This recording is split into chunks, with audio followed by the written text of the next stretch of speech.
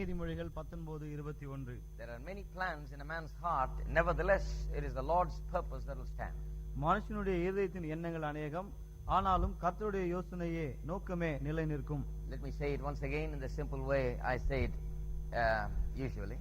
வழக்கமாக நான் சொல்லுகிற அந்த எளிமையான விதத்தில் மீண்டும் அதை சொல்லுகிறேன். We have plans, but God has purposes. நாம் திட்டங்களை கொண்டிருக்கிறோம், ஆனால் தேவனோ நோக்கங்களை உடையவராய் இருக்கிறார். We have perceptions, but God has purposes. நாம் பலவிதமான நோக்கங்களை எண்ணங்களை கொண்டிருக்கிறோம், ஆனால் தேவனோ நோக்கங்களை கொண்டிருக்கிறார். If your plan or your perception is not in keeping with God's purpose, then you have abuse. உங்களுடைய எண்ணங்கள் யோசனைகள் தேவனுடைய நோக்கங்களுக்கு ஏற்றதா இராவிட்டால் பிறகு நீங்கள் அதை துஷ்பிரயோகம் செய்ய நேரிடலாம். Now we've been looking at this because we are looking at God's purpose for the male and the female. இதை ஏன் நாம் கவனித்துக் கொண்டிருக்கிறோம் என்று சொன்னால், ஆண்களுக்கான தேவனுடைய நோக்கம் என்ன, பெண்களுக்கான தேவனுடைய நோக்கம் என்ன, அதை குறித்து நாம் படித்துக் கொண்டிருக்கிறோம். The Bible is a book of purposes. வேதாகமம் நோக்கங்களின் புத்தகமாய் இருக்கிறது. God's purposes are revealed here. தேவனுடைய நோக்கங்கள் இங்கே வெளிப்படுத்தப்பட்டிருக்கிறது. So when we look at this, we are looking at God's purpose. ஆகவே நாம் இதை கவனிக்கும் போது தேவனுடைய நோக்கத்தை தான் நாம் கவனிக்கிறோம். We all have our own ideas and our own philosophies about how things ought to be. நம்ம எல்லாருக்குமே காரியங்கள்லாம் எவ்வாறு இருக்க வேண்டும் என்று நம்முடைய சொந்த எண்ணங்கள், நம்முடைய சொந்த தத்துவங்கள் இருக்க செய்கிறது. People will say, well, if a person is a man, a male, he ought to be like this. மக்கள் என்ன சொல்லுவாங்க, ஒரு ஆள் ஆம்பளைனா அவன் இப்படிதாங்க இருக்கணும். And then they have certain perceptions and expectations about a woman and what she ought to be. பிறகு ஒரு பெண் என்று சொன்னா அவ இப்படிதான் இருக்கணும், அப்படிதான் இருக்கணும், பல விதமான எண்ணங்களை கொண்டிருக்கிறார்கள். As many people are there, that many opinions are there oftentimes. உலகத்துல எத்தனை பேர் இருக்காங்களோ பல சமயங்களில் அத்தனை கருத்துகள் நிலவுகிறது. Because everyone is bright and they come up with their own ideas. ஏன்னா ஒவ்வொருத்தரும் அறிவாளிகள் என்று கொண்டு பல்வேறு யோசனைகளை சொல்லுகிறார்கள். But the maker, our God, has the purposes. ஆனால் நம்மை உருவாக்கின தேவன் அவர் நோக்கத்தை உடையவராய் It is இருக்கிறார். His purpose that will stand in the end. அவருடைய நோக்கம் மட்டுமே முடிவு வரைக்கும் நிற்கும். So if you want to succeed in this life, ஆகவே இந்த வாழ்க்கையிலே நீங்கள் வெற்றி பெற விரும்பினால், as a man and a woman, ஒரு ஆணாகவோ அல்லது பெண்ணாகவோ, if you want to succeed in living for God, தேவனுக்கென்று வாழ்வதிலே நீங்கள் வெற்றி சிறக்க வேண்டுமானால், if you want to succeed in living your life the way it ought to be lived, உங்களுடைய வாழ்க்கை எவ்வாறு வாழப்பட வேண்டுமோ அவ்வாறு வாழ்ந்து வெற்றி சிறக்க வேண்டுமானால், then you have to understand God's purposes. பிறகு தேவனுடைய நோக்கங்களை நீங்கள் புரிந்து கொள்ள வேண்டும். Oftentimes we live by our own plans and by our own perceptions. பல சமயங்களிலே நம்முடைய திட்டங்கள், நம்முடைய யோசனைகள் இவைகளின்படி நாம் வாழ்கிறோம். That is the reason for the failure of our lives in various areas of our lives. நம்முடைய வாழ்க்கையிலே பல்வேறு காரியங்களில் எல்லாம் தோல்வி அடைய காரணமே அதுதான். We've been sharing a lot about financial prosperity, பண செழிப்பை குறித்து, பொருளாதார செழிப்பை குறித்து நிறைய நான் சொன்னேன், particularly on television. அதிலும் குறிப்பாக தொலைக்காட்சியில. The reason why so many fail financially in their lives is because of their wrong perceptions or ideas that they have. மக்கள் பொருளாதாரத்திலே பண விஷயத்திலே தோல்வி அடைய காரணம் என்னவென்று சொன்னால், அதை குறித்து அவர்களுக்குள்ளே இருக்கக்கூடிய பலவிதமான தவறான எண்ணங்களும் யூகங்களும். People have a wrong perception about what a family ought to be. ஒரு குடும்பம் என்றால் எப்படி இருக்க வேண்டும், அதை குறித்தும் தவறான எண்ணம் மக்களுக்கு இருக்கிறது. That is why they fail in that area of their life. ஆகவே தான் வாழ்க்கையில அந்த பகுதியிலும் தோல்வி அடைகிறார்கள். In every area of our lives we need to understand God's purpose, and then only we can succeed. நம்முடைய வாழ்க்கையின் ஒவ்வொரு பகுதியிலும் தேவனுடைய நோக்கம் என்ன என்பதை அறிந்து கொள்ள வேண்டும், அப்பொழுதுதான் நாம் வெற்றி பெற முடியும். That's why we've been looking at God's purpose for the male and the female. ஆகவே தான் ஆண்களை குறித்து தேவனுடைய நோக்கம் என்ன, பெண்களை குறித்து தேவனுடைய நோக்கம் என்ன என்பதை படித்து வருகிறோம். Looking at it from God's word. தேவனுடைய வார்த்தையிலிருந்து அதை படித்து வருகிறோம். Now we've already looked at God's purpose for the male, but we are now trying to understand God's purpose for the female. ஏற்கனவே ஆண்களுக்கான தேவனுடைய நோக்கம் என்ன என்பதை நாம் படித்து விட்டோம். இப்போது பெண்களை குறித்து நாம் படித்துக் கொண்டிருக்கிறோம். And I have mentioned to you some purposes for the female from the word of God. தேவனுடைய வார்த்தையிலிருந்து பெண்களுக்கான நோக்கம் என்ன என்று சில காரியங்களை நான் சொல்லி வருகிறேன். But I want to add some additional insights about those purposes.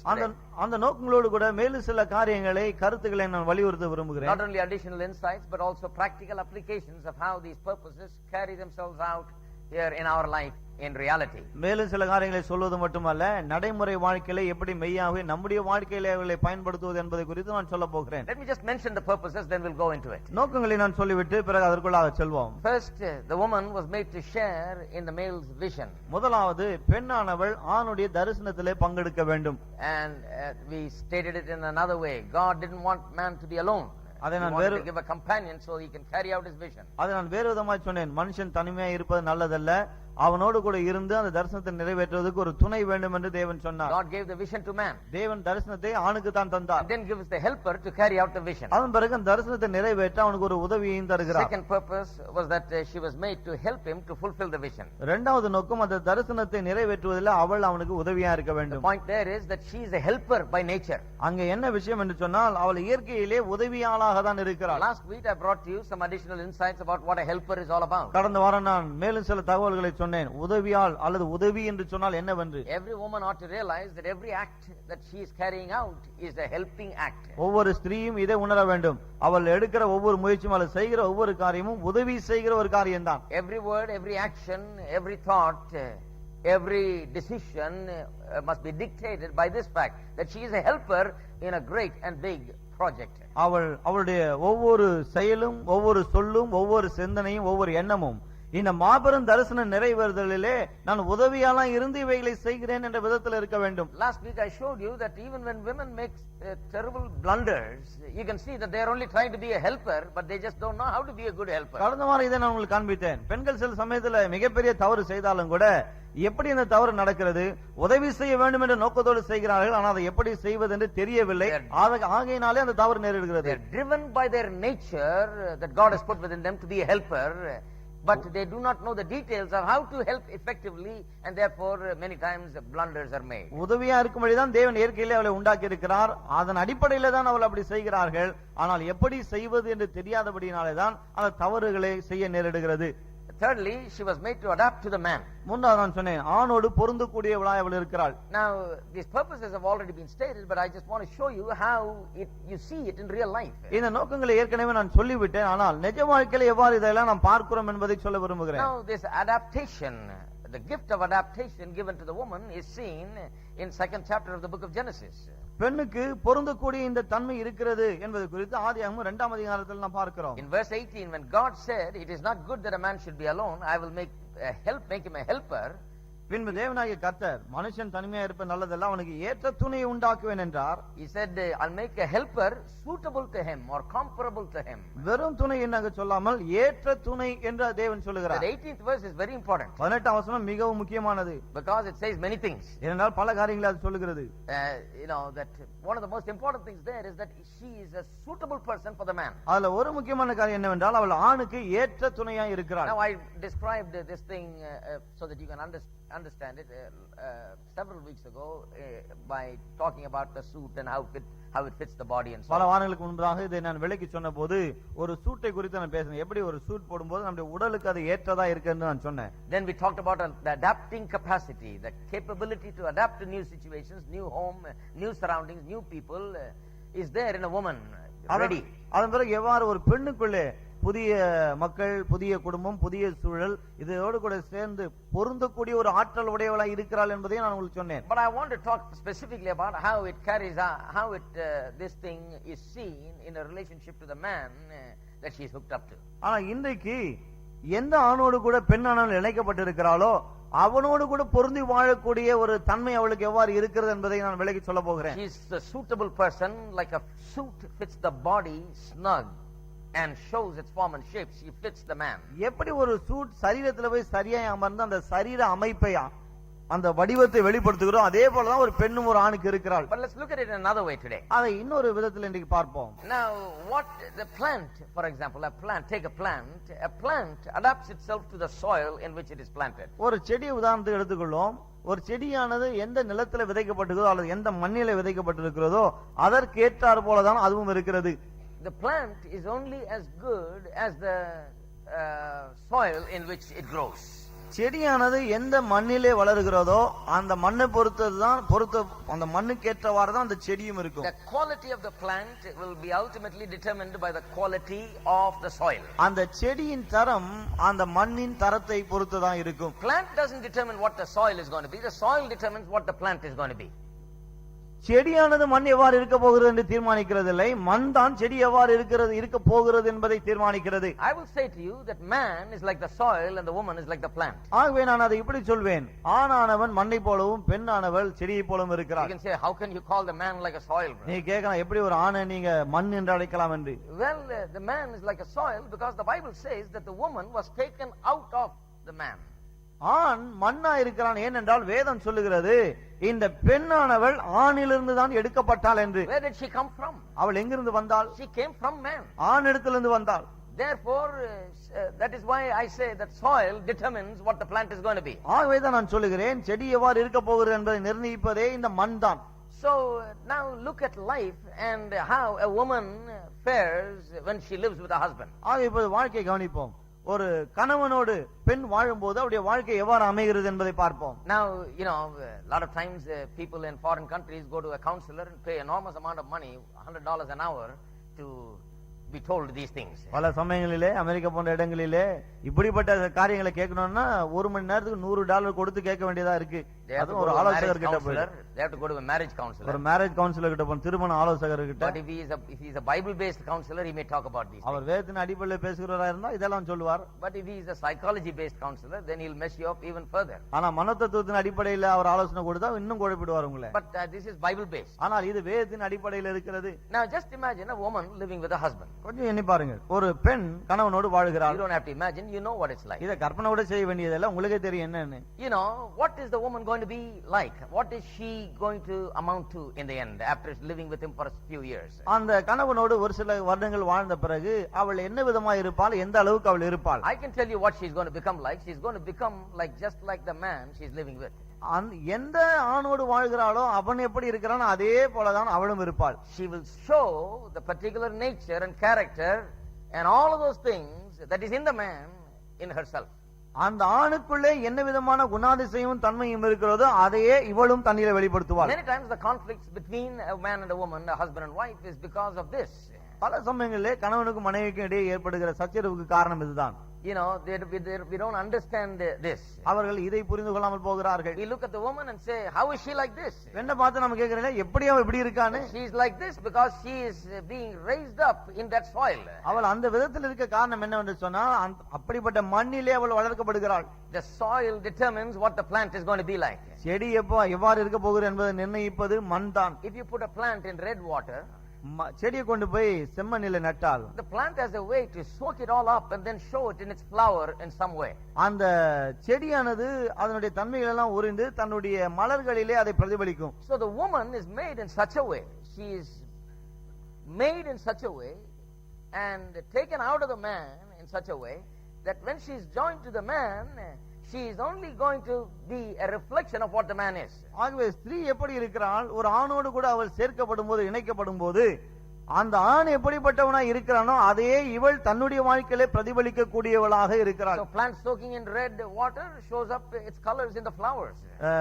சிவந்த நீரிலே ஒரு செடி இருக்கும்போது அதனுடைய தன்மை அதனுடைய மலர்களிலே வெளிப்படுகிறது. Now if you say you don't like the color, நீங்க சொல்லலாம் இந்த நிறம் எனக்கு பிடிக்கலன்னு. You know, if you don't like the color, don't be cursing the flower. நிறம் பிடிக்கவில்லைன்னு சொன்னா அந்த பூவை நம்ம கரைச்சு கொட்ட வேண்டியதில்லை. Change the water. தண்ணீரை மாற்றுங்கள் போதும். Change what you feed to it. உங்களை அதற்கு உணவாய் என்ன கொடுக்கிறீர்களோ அதை மாற்றுங்கள். If you don't like what you see, then change what you are giving. உங்களுக்கு என்ன பிடிக்கவில்லை, பார்க்கிற ஒன்று உங்களுக்கு பிடிக்கவில்லை என்று சொன்னால் பிறகு அதுக்கு கொடுக்கிறதை மாற்றுங்கள். What you are feeding, that's what it's eating and that's what it's becoming. அதற்கு நீங்கள் கொடுப்பதை தான் அது உண்டு, அதன் அடிப்படையில் அப்படி மாறுகிறது. Everybody is awful quiet. ரொம்ப அமைதியா இருக்கீங்க. Very solemn occasion. ரொம்ப பயபக்திக்குரிய ஒரு நேரம் மாதிரி இருக்கு. So you are really a man is made in such a way as a leader that he determines what the wife is going to become like. ஆகவே ஆண் என்பவன் ஒரு தலைவனாக இருக்கிறான், மனைவி எப்படி இருக்க போகிறாள் என்பதை நிர்ணயிப்பதும் அவன்தான். That is why in every home it is so important for the man to be in the right way. ஆகவேதான் ஒவ்வொரு குடும்பத்திலும் ஒரு ஆண் இருக்க வேண்டிய விதத்தில் இருப்பது மிக முக்கியம். Man must be a man. ஒரு ஆணாக இருக்க வேண்டும். Most of the problems in the home will be solved if a man is a real man. ஒரு ஆண் நிஜமான ஆம்பளையா இருப்பான்னு சொன்னா குடும்பத்தில் இருக்க பெரும்பான்மையான பிரச்சனைகள் தீர்க்கப்படும். If a man understands God's purposes, தேவனுடைய நோக்கங்களை ஆண் புரிந்து கொண்டால், if a man carries out God's vision, தேவனுடைய தரிசனத்தை ஆண் நிறைவேற்றுவான் என்றால், if a man is right with God, தேவனோடு இந்த ஆண் சரியா இருப்பான் என்றால், if a man understands God's purposes, தேவனுடைய நோக்கங்களை ஆண் புரிந்து கொள்வான் என்றால், then that sets the trend for what the wife is going to be like and what the children are going to be like. அதுவே மனைவியும் பிள்ளைகளும் எப்படி இருப்பார்கள் என்று ஒரு முன்னோடியாக காணப்படுகிறது. Whatever the husband is like, ultimately it rubs off on the wife and the children and everybody. கணவன் எப்படி இருக்கிறானோ அது முடிவிலே அது மனைவியையும் பற்றும் பிள்ளைகளையும் பற்றி எல்லாரையும் பற்றி கொள்ளும். It just begins to catch on. அது மற்றவர்களையும் வந்து பிடிக்க ஆரம்பிக்கிறது. It's usually that way even in the world. உலகத்துல கூட with leadership and the subordinates. வழக்கமாக உலகத்திலே தலைவர்கள் அவருக்கு கீழ இருக்கிறவர்கள் எல்லா இடத்திலும் இப்படிதான் நடக்கிறது. Now, I had a friend who was working as a number 2, number 3 man in a big organization of an evangelist. எனக்கு ஒரு நண்பர் இருந்தார். அவர் மிகப்பெரிய ஒரு சுவிசேஷருடைய அலுவலகத்திலே நம்பர் 2ஆம் நம்பர் 3ஆவது அது போல பொறுப்பில் இருந்தார். Now this man is a big evangelist. பாருங்க, இவர் ஒரு மிகப்பெரிய A சுவிசேஷகர், good man. ரொம்ப நல்ல மனுஷன். But his hang up is that he is very big miser. ஆனா அவருடைய பிரச்சனைனா மகா பெரிய கஞ்சன். He just will not part with money. பைசா கூட பேராத அவர் கையில இருந்து. He says this man used to go and arrange meetings for him. என்னுடைய நண்பர் என்கிட்ட சொன்னார், இவர் போய் கூட்டங்களை ஒழுங்கு செய்வாராம், பெரிய கூட்டங்களை. He came to Bombay to arrange some meeting, so he wanted me to come to Bombay and meet him there. பாம்பேல ஒரு கூட்டத்தை ஒழுங்கு செய்ய முயற்சித்த போது என்ன வர சொன்னாருங்க பாம்பேக்கு. So I went to Bombay and landed up there. I didn't know anybody there. பாம்பேக்கு போய் சேர்ந்தேன், யாரையும் அங்க எனக்கு தெரியாது. And I didn't know where he was going to stay. அவர் எங்க தங்க போகிறாருன்னு தெரியாது. So I went and rented a hotel. அங்க போய் ஒரு ஹோட்டல்ல அறை எடுத்து தங்கினேன். And I stayed there and called him up in the morning. அங்க தங்கி காலையில அவரை கூப்பிட்டேன். He said, Sam, where are you staying? அவர் கேட்டா, சாம் எங்க இருக்கீங்கன்னு. I said, I'm staying in such and such a hotel. நான் சொன்னேன், இந்த ஹோட்டல்ல தான் தங்கி He இருக்கேன்னு. said, how much are you paying? எவ்வளவு room வாடகைன்னு. I said, 900 rupees. This was 10 years ago. இது 10 வருஷத்துக்கு முன்னாடி. நான் சொன்னேன் 900 ரூபாய் அப்படின்னு. He said, 900 rupees, that's too much. அதான் 900 ரொம்ப அதிகமாச்சேனாரு. I am paying 600 rupees in Sea Rock Hotel, in 5-star hotel, Sheraton. 5-star hotel Sheraton hotel இருக்கு, அதுலயே நான் 600 ரூபாய் தான் கொடுக்கறேன்னாரு You அவரு. should have come and stayed here. I could have gotten your room for 600. நீங்க இங்க வந்து தங்கி இருக்கலாமா, 600 ரூபாய்க்கு நான் ரூம் எடுத்து கொடுத்திருப்பேன். I said, I was staying in not a 5-star hotel. நான் தங்கினது ஒரு 5-star ஹோட்டல் அல்ல, Maybe 2-star. 2-star இல்ல 3-star இருக்கும். So I told him, how did you end up getting for 600 rupees? நான் கேட்டேன், அங்க போய் எப்படி 600 ரூபாய்க்கு ரூம் கிடைச்சது When உங்களுக்கு? you work for this man, he said, you learn all kinds of tricks to survive. அவர் சொன்னார், இவருக்கு வேலை செஞ்சீங்கன்னா எப்படி பிழைக்கிறதுன்னு எல்லா தந்திரங்களையும் When he கற்றுக்கொள்வீர்கள். sends you somewhere to arrange a meeting and you got to stay in a hotel for 10 days, உங்களை கூட்டங்களை ஒழுங்கு செய்ய ஒரு இடத்துக்கு அனுப்புகிறார், அங்க போய் நீங்க 10 நாள் தங்க வேண்டியதா he இருக்குமானால் will give you the hotel rent only for 7 days. 7 நாள் ஹோட்டல் வாடகை தான் அவர் கொடுப்பார். You have to talk to the hotel fellow and make a deal with him in such a way that he gives you free room for 3 days. நீங்க தான் அந்த hotel ஆளோட பேசி ஒரு டீல் ஒப்பந்தம் பண்ணி 7 நாள் வாடகைக்கு 10 நாள் தங்கணும். 7 நாள் வாடகையில 10 நாள் தங்கணும். 3 நாள் ஃப்ரீயா வேற வாங்கணும். 7 நாள் வாடகையும் குறைவா இருக்கணும். 7 days rent should be low also, and you must get 3 days free. 7 நாள் வாடகையும் கம்மியா இருக்கணும் வழக்கத்தை விட, பிறகு 3 நாள் ஃப்ரீயாவும் கிடைக்கணும். He said, now I left that man. அவர் சொன்னாரு, இப்ப அவர்கிட்ட இல்ல, நானு I'm with another evangelist. இன்னொரு சுவிசேஷர் கிட்ட இருக்கேன். But that mentality has rubbed off on me. Everywhere I go, I work that thing. ஆனா அந்த மனப்பான்மை என்ன அப்படியே பிடிச்சிடுச்சு என்ன. இப்ப எங்க போனாலும் அது போலதான் எனக்கு வேலை செய்ய தோணுது. I can just squeeze the juice out of everybody and get everybody to do things for nothing.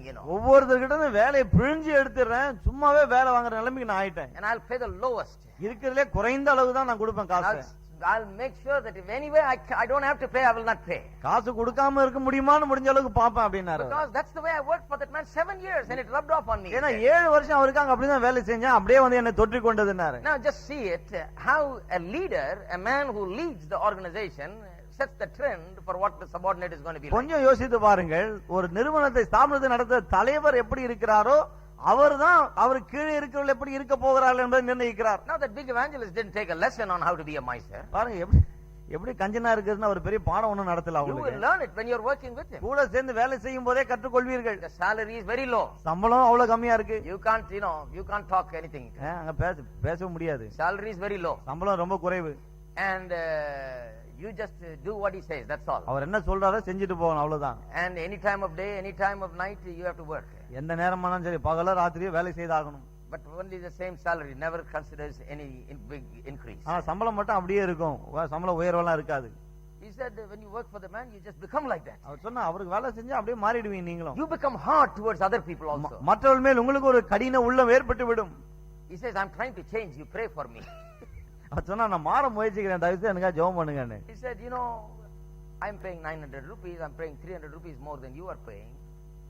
To think about it, it makes me feel like, well, I'm paying more, but I just really don't care that it matters so much. to me. பாருங்க, அவரை விட 300 ரூபாய் நான் அதிகம் கட்டினேன், ஆனாலும் அதை பற்றி எண்ணி பார்க்கும்போது இவ்வளோ அதிகமா நம்ம கட்டுறோம்னா அந்த எண்ணெல்லாம் உண்டாகிறது இல்ல.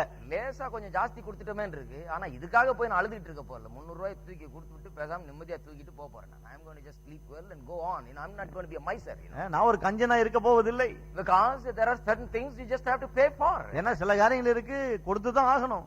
And that is why I say that even in a home the husband is the leader.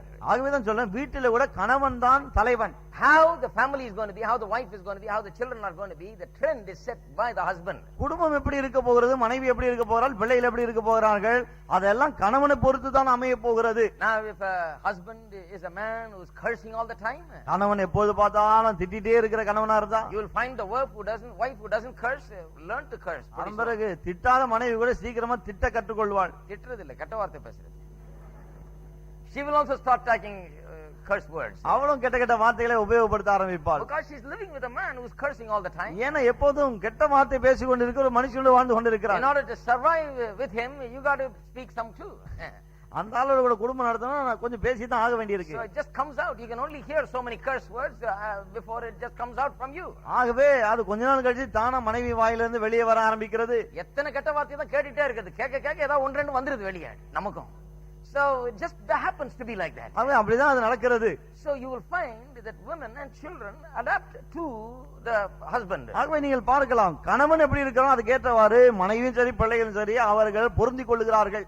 Now this is no great secret. This is the way the woman is made. இது ஒரு பெரிய ரகசியம் ஒண்ணும் கிடையாது. பெண் அப்படிதான் உண்டாக்கப்பட்டிருக்கிறாள். Why is she made like that? ஏன் இப்படி உண்டாக்கப்பட்டிருக்கிறாள்? God when he made her, he just made her to suit any situation. தேவன் அவளை உண்டாக்கின போதே எந்த சூழ்நிலையா இருந்தாலும் சரி அதுக்கு பொருந்தக்கூடியவளாக தான் உண்டாக்கி இருக்கிறார். She can marry a generous husband and become a generous woman. உதார குணம் உள்ள ஒரு கணவன் ஆளை திருமணம் செய்து கொண்டு இவளும் அதே போல மாறலாம். She can be marry a conjuice man and become a conjuice woman. அல்லது ஒரு கஞ்ச பேர் வழியா கல்யாணம் பண்ணிட்டு அவளும் கஞ்ச பேர் வழியா மாறலாம். You know, she just adapts to whatever the man is. She just suits. அந்த ஆண் எப்படியோ அவனை போல இவளும் மாறிக்கொள்ளுகிறாள். Now, so the man has a great responsibility to shape her and form her in the way that he wants. ஆகவே இந்த ஆணுக்கு தான் மிகப்பெரிய பொறுப்பு இருக்கிறது. அவள் எப்படி இருக்க வேண்டும் என்று இவன் விரும்புகிறானோ அந்த விதத்திலே இவனால் அவளை மாற்ற முடியும். The one good thing about a woman is this: you can ultimately get her to be whatever you want her to be. பெண்ணிடத்துல ஒரு நல்ல விஷயம் என்னன்னா, முடிவிலே அவள் எவ்வாறு இருக்க வேண்டும் நீங்க விரும்புறீங்களோ அப்படியாக நீங்கள் அவளை கொண்டு வர முடியும். Now if you marry someone and you don't like her, it's probably because her father is like that.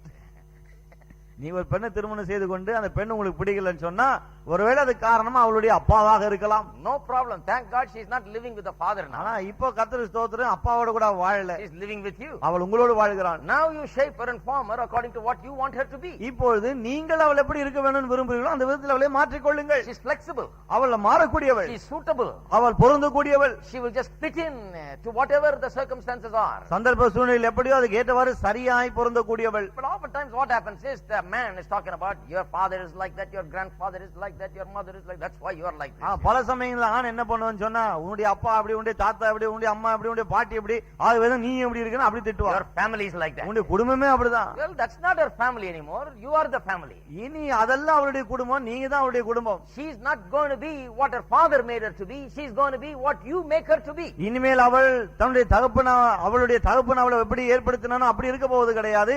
நீங்கள் எப்படி அவளை கொண்டு வருகிறீர்களோ அப்படிதான் இருக்க போகிறாள். Why?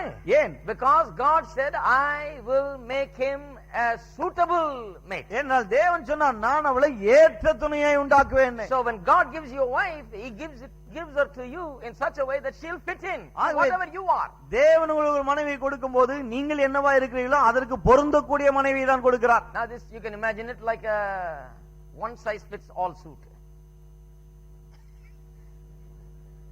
The one size fits all எல்லாருக்கும் புரியும் நினைக்கிறேன்.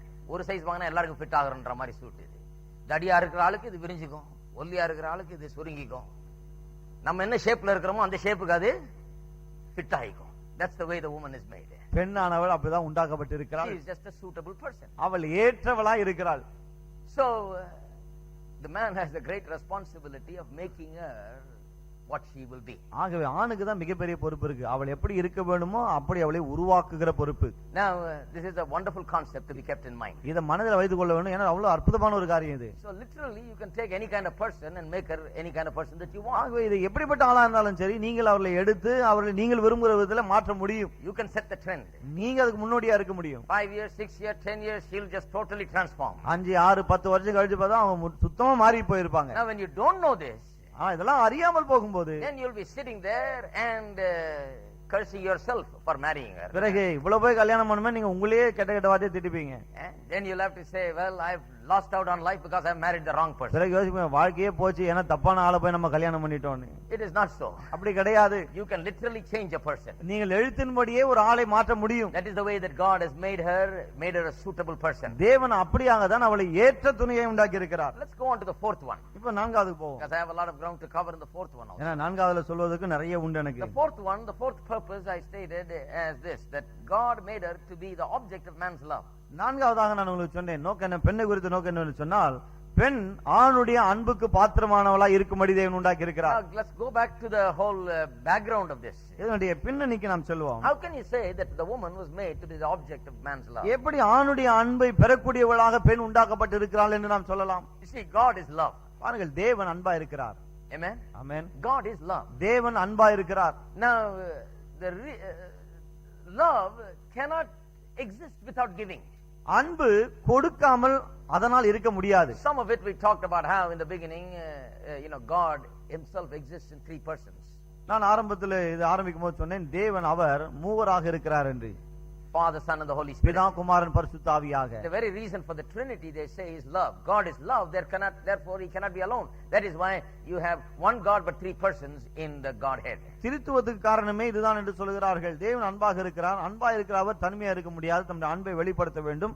ஆகவேதான் தேவன் ஒருவர், ஆனா 3 ஆள்துவமாக தம்மை வெளிப்படுத்துகிறார். Now let's not get into this whole discussion on Trinity. இப்போ திருத்துவத்தை குறித்து பேச நமக்கு வேண்டாம். That will take for about a year to explain. அதை விளக்கி சொல்லணும்னா 1 வருஷத்துக்கு மேல ஆயிடும். Swedish theologian said, if you don't understand the Trinity, you lost your soul. If you don't understand Trinity, that you will lose your soul, he said. ஒரு Swedish இறையில்வாதி என்ன சொன்னா, திருத்துவத்தை குறித்து உனக்கு புரியவில்லை என்று சொன்னா உன்னுடைய ஆத்மாவை இழந்து போவாய். Why did he say something like that? ஏன் அப்படிப்பட்ட ஒரு காரியத்தை Why சொல்லுகிறார்? does understanding Trinity has to do with such a great deal with our life and where we are? ஏன் திருத்துவத்தை நாம் புரிந்து கொள்வது நம்முடைய வாழ்க்கைக்கு ஏன் அவ்வளவு முக்கியமா இருக்கிறது? Because when we understand Trinity, that is when we understand really that God is love. ஏனென்றால் திருத்துவத்தை புரிந்து கொள்ளும் போதுதான் தேவன் அன்பாக இருக்கிறார் என்பதை புரிந்து கொள்கிறோம். The essence of God is that he is love. தேவனுடைய சாராம்சம் இதுதான், அவர் அன்பாக இருக்கிறார். Now love has to give. அன்பு கொடுக்க வேண்டும். So in order to give, the love needs someone like himself. கொடுக்க வேண்டுமானால் அன்புக்கு தம்மை போல இன்னொருவர் தேவையா இருக்கிறது. Likes to give, but the receiver must be like the giver. அந்த அன்பு கொடுக்க விரும்புகிறது, ஆனால் அதை பெற விரும்புகிறவரும் தம்மை போலவே இருக்க வேண்டும் என்று விரும்புகிறது. Cannot give to a person who is not like yourself. உங்களைப் போலவே இல்லாத ஒருவருக்கு நீங்கள் உங்கள் அன்பை வெளிப்படுத்த முடியாது. You got to give love to a person who is like yourself. உங்களைப் போல இருக்கிற ஒரு ஆள் மீது தான் நீங்கள் அன்பு காட்ட முடியும். So the giver must have a receiver who is like himself. ஆகவே கொடுக்கிறவருக்கு அந்த அன்பை பெறுவதற்கு அவரைப் போலவே ஒரு ஆள் தேவைப்படுகிறது. That is why God made us like him. ஆகவேதான் தேவன் அவரைப் போலவே நம்மை உண்டாக்கினார். Like him means what? அவரைப் போல என்றால் என்ன? Like him means, oftentimes we are told that in intelligence man is like him. அவரைப் போல என்று சொன்னால் பல சமயம் என்ன சொல்லப்படுகிறது? அவரைப் போல அறிவுள்ளவனாக That he உண்டாக்கினார். is a spirit. அவர் ஆவியா இருக்கிறார். அது போல That he has a will. அவருக்கு என்று ஒரு சித்தம் He இருக்கிறது. can decide and determine and so on. அவர் தீர்மானித்தால் அதன்படி செய்ய முடியும். That is true. இதெல்லாம் உண்மைதான். But even more than that, ஆனா அதற்கு மேலாக to be like him means to be like him in love. அவரைப் போல இருப்பது என்று சொன்னால் அன்பிலே அவரைப் போல இருப்பது. To be a person who can appreciate love and need love. அன்பிலே மேன்மை பாராட்டி அன்பை To be a person who can receive love. அன்பை மேன்மை பாராட்டி அன்பை பெற்றுக்கொள்ளக்கூடிய ஒரு ஆளாக இருக்க வேண்டும். God is love. தேவன் அன்பா இருக்கிறார். So God made man like himself. ஆகவே தேவன் மனுஷனை தம்மை போல உண்டாக்கினார். Man is also love in a sense. மனுஷனும் சாராம்சத்தை பார்த்தால் அவனும் அன்பாகவே இருக்கிறான். He is a love creature. அவன் அன்பின் சிருஷ்டியா இருக்கிறான். He has to give love and take love. அவன் அன்பை கொடுத்து அன்பை வாங்க வேண்டும். So now God has solved this problem by making man. இப்போ தேவன் மனுஷனை உண்டாக்கினது மூலம் இந்த பிரச்சனையை தீர்த்து விட்டார். The reason man was made was because he was made just to be loved by God. மனுஷன் உண்டாக்கப்பட்ட காரணம் என்ன? தேவன் அவன் மேல் அன்பை காண்பிக்கும்படியாகவே அவனை So உண்டாக்கினார். let me say this, that the male was made to be the object of God's love. ஆகவே நான் இதை இப்படி சொல்லுவேன், தேவனுடைய அன்பை பெறுவதற்காகவே ஆண் உண்டாக்கப்பட்டான். God made man and wanted to love him. தேவன் மனுஷனை உண்டாக்கி அவன் மேல் அன்பா இருக்க விரும்பினார். So when he wanted to make a man like himself, what did he do? ஆகவே அவர் தம்மை போன்ற ஒருவனை உண்டாக்க விரும்பின போது என்ன செய்தார்? He brought man out from out of himself. அவர் தம்மிலிருந்தே அந்த மனுஷனை வெளிக்கொண்டு வந்தார். He brought everything out of something. எல்லாவற்றையும் ஏதோ ஒன்றிலிருந்து கொண்டு வந்தார். From the dust of the earth he brought man's body. பூமியின் மண்ணிலிருந்து மனுஷனுடைய சரீரத்தை கொண்டு But the வந்தார். spirit came from God. ஆனால் அவருடைய ஆவி தேவனிடத்திலிருந்து வந்தது. From the dust of the earth பூமியின் came all the plants and the animals and all these things were made from the dust of the earth. பூமியின் மண்ணிலிருந்து தான் மரம், செடி, கொடிகள், பறவைகள், மிருகங்கள் எல்லாமே உண்டாக்கப்பட்டது. But when God wanted to make man, he brought man out of himself. ஆனால் தேவன் மனுஷனை உண்டாக்க விரும்பின போது தம்மிலிருந்து அவனை வெளிக்கொண்டு வந்தார். So that he will be made of the same components as he is. எதற்காகவென்றால் அவர் எப்படி இருக்கிறாரோ அதே தன்மையை அவனும் உடையவனாய் இருக்கும்படிக்கு. Now God has solved his love problem. இப்போ தேவன் நம்முடைய அன்பின் பிரச்சனையை தீர்த்து விட்டார். His love demanded that he have a great multitude of people to shower his love with. அவருடைய அன்பு என்ன சொன்னது? இந்த அன்பை பொழிய வேண்டுமானால் அதுக்கு பெருந்திரளான ஜனங்கள் தேவை. That is the purpose of making the mankind. மனு வர்க்கத்தை அவர் உண்டாக்கினார். He can think. அவன் ஆவியா இருக்கிறான், அவனால் சிந்திக்க முடியும், He can talk. அவனால் பேச முடியும், He can will and decide. அவன் சித்தம் கொண்டு தீர்மானிக்க முடியும், And determine and carry out his decisions. பிறகு அவன் என்ன தீர்மானித்தானோ அதை Now நிறைவேற்றக்கூடியவனாகவும் with இருக்கான். this kind of person being the same as he is, now God can fellowship with him. மனுஷன், தேவனால் உண்டாக்கப்பட்ட மனுஷன் அவரை போலவே இருக்கிறபடினாலே இப்போது தேவன் அவனோடு கூட தொடர்பு கொள்ள முடியும். God can communicate himself with him. தேவன் அவனோடு கூட பேச முடியும். God can speak to him and man can understand. தேவன் அவனோடு கூட பேசும்போது மனுஷனால அதை புரிந்து கொள்ள முடியும். God can communicate with him in a deep way because he is just like him. மனுஷன் தேவனை போலவே இருக்கிறபடினாலே தேவன் ஆழமான ஒரு விதத்திலே அவனோடு பேச முடியும். Just think about that. கொஞ்சம் அதை யோசித்து பாருங்கள். You and I are made like God. நீங்களும் நானும் தேவனை போலவே So that we உண்டாக்கப்பட்டிருக்கிறோம். can fellowship with him. அவரோடு கூட ஐக்கியம் கொள்ள So that முடியாது. he can tell us his purposes, அவர் தம்முடைய நோக்கங்களை நமக்கு his சொல்லும்படியாக, ideas, அவருடைய எண்ணங்களை, his plans. அவருடைய திட்டங்களை And we can really understand that. பிறகு நாம் அவைகளை மெய்யாவை புரிந்து கொள்ளவும் முடியும். Now if God tries to talk to a cow, தேவன் ஒரு மாடோடு பேச விரும்பினா he can understand only in a limited way. அது ஒரு அளவுதான் புரிந்து கொள்ள முடியும். I have seen some people talk to a cow. சில ஆட்களை பார்த்திருக்கேன், மாட்டோட பேசிட்டு இருப்பாங்க. The cow understands a little bit. மாடுக்கு புரியுது ஒரு அளவுக்கு. Get up, gets up. எழுந்திருந்தா எழுந்திருக்குது, Sit down, it sits down. உட்காருனா உட்காருது. I saw on television about a chief minister who was talking to the cow every morning. தொலைக்காட்சியில பார்த்த ஒரு முதல் மந்திரி ஒவ்வொரு நாளும் அவர் மாட்டோட பேசின்னு இருக்காரு. காலையில He's really talking to the animal. மெய்யாக அந்த மிருகத்தோட பேசிட்டு இருக்காரு. But I don't know if he talks to his family. ஆனா குடும்ப மக்களோட பேசுறாரான்னு தெரியல. He surely talks to his cows in the ஆனா morning. நிச்சயமா காலையில மாடுகளோட பேசின்னு இருக்காரு. But the cow can only understand a little bit. ஆனா மாடுக்கு ஒரு அளவு தான் புரியும் பாருங்க. So God can talk to the animals and they can understand just a little bit. ஆக மாடுகளோட மிருகங்களோட தேவன் பேசினாலும் அவைகளுக்கு ஓரளவு புரியும். But not a deep conversation, not an in-depth conversation and communication. ஆனால் அந்த பேச்சு, அந்த தொடர்பு கொள்ளுதல் மிக ஆழ்ந்த முறையிலே ஆழமான விதத்தில் இருக்க முடியாது. This is the most wonderful thing, that God made man like himself so that in-depth communication, deep calling to the deep can happen. தேவன் மனுஷனோடு பேசுவதனுடைய அற்புதம் இதுதான். ஆழத்தை நோக்கி கூப்பிடுகிறது, ஆழமான ஒரு தொடர்புக்கு அங்கே வாய்ப்பு இருக்கிறது. Man can understand the communication that comes to him by God like no one else. தேவனிடத்திலிருந்து தேவன் பேசும்போது வேறு யாருமே புரிந்து கொள்ள முடியாத விதத்திலே மனுஷன் புரிந்து கொள்ளுகிறான். That is how man is made. மனுஷன் அப்படிதான் உண்டாக்கப்பட்டிருக்கிறான். So God has man now and man has God to love one another. ஆகவே இப்ப அன்பு காட்டுவதற்கு தேவனுக்கு மனுஷன் இருக்கிறான், மனுஷனுக்கு தேவன் இருக்கிறார். So this man that God loves, he gave the whole earth to him. ஆகவே தேவன் தாம் நேசித்த இந்த மனுஷனுக்கு முழு பூமியை கொடுத்து விட்டார். Now how can the man take a hold of this earth and feel the earth and live in this earth? எப்படி மனுஷனானவன் இந்த முழு பூமியை ஆக்கிரமித்துக் கொண்டு அதை உணர்ந்து அதை வாழ முடியும்? He needs a body to live in this world. இந்த பூமியில வாழ வேண்டுமானால் அவனுக்கு ஒரு சரீரம் தேவை. That is why the Bible says that God made man. ஆகவேதான் வேதம் சொல்லுது தேவன் மனுஷனை Then உண்டாக்கினார். it says he made them male and female. பிறகு அவர்களை ஆணும் பெண்ணுமாக உண்டாக்கினார். When he made them male and female, he gave them bodies. அவர்களை ஆணும் பெண்ணுமாக உண்டாக்கின போது சரீரங்களை கொடுத்தார். When he made man, man is just a spirit. மனுஷனை உண்டாக்கின போது அவன் வெறும் ஆவியாக தான் இருந்தான். When he made male and female, they had to have bodies. ஆணும் பெண்ணுமாக உண்டாக்கின போதுதான் சரீரங்களை கொடுத்தார். So this man who is a spirit, just like God is a spirit, a thinking spirit, a determining spirit, a spirit that can communicate deeply with God. ஆகவே தேவனைப் போலவே சிந்திக்கும் ஆவியுடைய மனுஷன், தேவனோடு ஆழமாய் தொடர்பு கொள்ளக்கூடிய, தீர்மானிக்கக்கூடிய ஆவியுடைய இந்த மனுஷன் now has been given a body. இப்போது அவனுக்கு தான் ஒரு சரீரம் கொடுக்கப்படுகிறது. Why? Because God gave him the earth. In order for him to live on this earth and do things on this earth, he needs a body. எதற்காக சரீரம்? அவனை இந்த பூமியிலே தேவன் வைத்தார். பூமியிலே அவன் வாழ வேண்டுமானால், காரியங்களை செய்ய வேண்டுமானால் அவனுக்கு சரீரம் அவசியம். So God has someone to give to. ஆகவே தேவனுக்கு கொடுப்பதற்கு, தேவன் கொடுப்பதற்கு யாரோ ஒருவர் இருக்கிறார். And man also has someone to give to. He can love God. ஆகவே மனுஷனும் தன்னுடைய அன்பை வெளிப்படுத்துவதற்கு தேவன் இருக்கிறார். Now there is another problem. இப்போது இன்னொரு பிரச்சனை. Now man has the same problem as God. தேவனுக்கு இருந்த அதே பிரச்சனை தான் இந்த ஆணுக்கும். He needs someone like him so that he can give his love. அவன் தன்னுடைய அன்பை வெளிப்படுத்தி காண்பிக்க அவனைப் போலவே இன்னொருவர் தேவை. He needed someone just like him. அவனைப் போலவே இன்னொரு ஆள் அவனுக்கு தேவை. He needed someone who is spirit, soul and body. ஆவி, ஆத்மா, சரீரத்தோடு இருக்கிற இன்னொரு ஆள் அவனுக்கு தேவை. To show his love to. தன்னுடைய அன்பை வெளிப்படுத்தி காண்பிக்க. You say, where is that in the Bible? நீங்க கேட்கலாம், வேதத்துல அது எங்க இருக்குன்னு. Look at chapter 2 verse 19. 2:19 கவனியுங்கள். Out of the ground the Lord God formed every beast of the field and every bird of the air and brought them to Adam to see what he would call them, and whatever Adam called each living creature, that was its name. தேவனாகிய கர்த்தர் வெளியின் சகலவித மிருகங்களையும் ஆகாயத்தின் சகலவித பறவைகளையும் மண்ணினாலே உருவாக்கி ஆதாம் அவைகளுக்கு என்ன பேரிடுவான் என்று பார்க்கும்படி அவைகளை அவனிடத்தில் கொண்டு வந்தார். அந்தந்த ஜீவ ஜந்துக்கு ஆதாம் எந்தெந்த பேரிட்டானோ அதுவே அதுக்கு பேர் ஆயிற்று. So Adam gave names to all cattle, to the birds of the air, and to every beast of the field. But for Adam there was not found a helper comparable to him or suitable to him. அப்படியே ஆதாம் சகலவித நாட்டு மிருகங்களுக்கும் ஆகாயத்து பறவைகளுக்கும் சகலவித காட்டு மிருகங்களுக்கு பேரிட்டான். ஆதாமுக்கோ ஏற்ற துணை இன்னும் காணப்படவில்லை. There it is. அங்க இருக்கு பாருங்க. All the animals have been created. எல்லா மிருகங்களும் All the birds have been created. எல்லா பறவைகளும் சிருஷ்டிக்கப்பட்டாகிவிட்டது. But even after all of these things have been created, there is none that is suitable to a man, a suitable companion to man. இவை எல்லாம் சிருஷ்டிக்கப்பட்டும் கூட இந்த மனுஷனுக்கு, இந்த ஆணுக்கு ஏற்ற துணை இன்னும் காணப்படவில்லை.